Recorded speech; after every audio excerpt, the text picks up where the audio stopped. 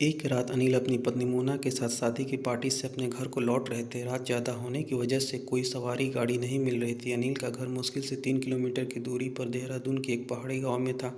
मुसीबत यह थी कि महीना सावन का था और ऊपर से जोरों की बारिश भी हो रही थी और उन्हें अपने घर पहुंचना भी ज़रूरी था। अतः उन दोनों पति पत्नी ने पैदल ही घर जाने का निश्चय किया। मोबाइल के टॉर्च की मध्यम रोशनी में वे दोनों आगे बढ़ने लगे। वे अभी आधी दूर ही गए थे कि जोर से बिजली चमकी और बिजली की रोशनी में एक औरत का साया दिखा जो ठीक उनके सामने खड़ी थी। इस सुनसान सी सड़क पर रात के अंधेरे में तरह तरह के विचार आने लगे। कहीं ये कोई, खैर जो भी हो देखा जाएगा, ऐसा सोचते हुए उन दोनों ने अपने कदम आगे बढ़ा दिए।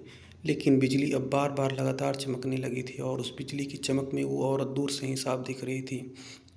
वो औरत उन्हें रुकने का इशारा कर रही थी। उसे देखकर अनिल की पत्नी की तो हालत ख़राब हो रही थी, लेकिन अनिल को अब लगने लगा कि ये औरत शायद कोई मुसीबत में है। अनिल जब रुके तो वे औरत उनसे हाथ जोड़कर वो बोली, भाई साहब प्लीज़ मेरी मदद कीजिए। तेज़ बारिश और पहाड़ी ढलान की वजह से मेरी गाड़ी का एक्सीडेंट हो गया है, प्लीज़ आप दोनों उसे बचा लीजिए। इतना कहते ही वो औरत आगे आगे चलने लगी और ना चाहते हुए भी अनिल और उसकी पत्नी के साथ उस अजनबी औरत के पीछे पीछे चलने लगे। लेकिन एक अनजाने भय से उन दोनों का दिल जोर जोर से धड़क भी रहा था। जैसे ही वे दोनों पहाड़ी से नीचे उस गाड़ी के पास गए तो उन्होंने देखा कि गाड़ी में एक प्यारी सी मासूम बच्ची रो रही थी। अनिल ने बच्ची को गाड़ी से निकाला तो पाया बच्ची बिल्कुल ठीक है। अनिल ने उस बच्ची को अपनी पत्नी की गोद में दे दिया। फिर अनिल को लगा कि ड्राइवर की सीट पर भी कोई है। जब वो आगे जाकर देखा तो उनके होश उड़ गए, क्योंकि ड्राइवर की सीट पर वही औरत खून से लथपथ होकर मरी पड़ी थी। अनिल को अब सब कुछ समझ में आ गया।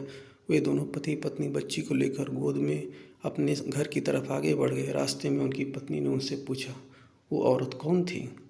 फिर वो औरत दिखाई क्यों नहीं दी? कहीं वो कोई? अनिल बोले, वो एक माँ थी, मर कर भी अपने बच्चों के लिए तड़पती है जो, वही एक माँ थी वो। अगर कोई मुसीबत में हो तो उसकी सहायता ज़रूर करें। क्या पता हमारी एक छोटी सी कोशिश किसी की ज़िंदगी में बहार ला दे। धन्यवाद। अगर आपको ये कहानी पसंद आए तो प्लीज़